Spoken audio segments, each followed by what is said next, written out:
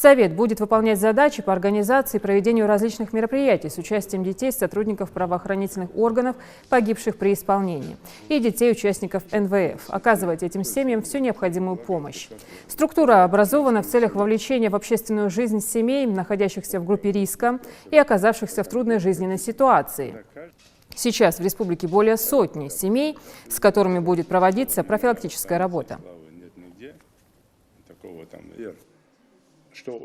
Первое собрание мы провели, выделили концепцию работы, будем действовать следующим образом. Списки с каждым муниципальным образованием, где у нас такие семьи проживают, мы уже собрали.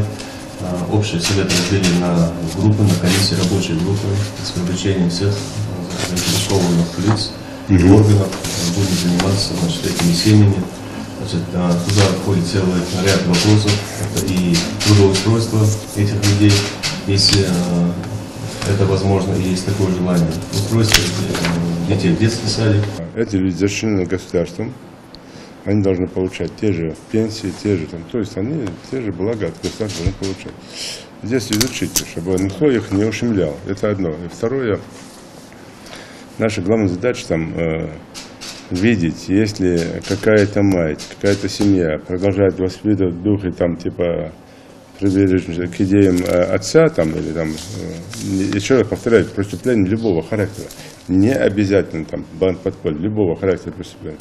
Если мы видим это, то в этом случае надо жестко пресекать вплоть до лишения родительских прав и так далее. Посмотрите, аккуратно все эти дела.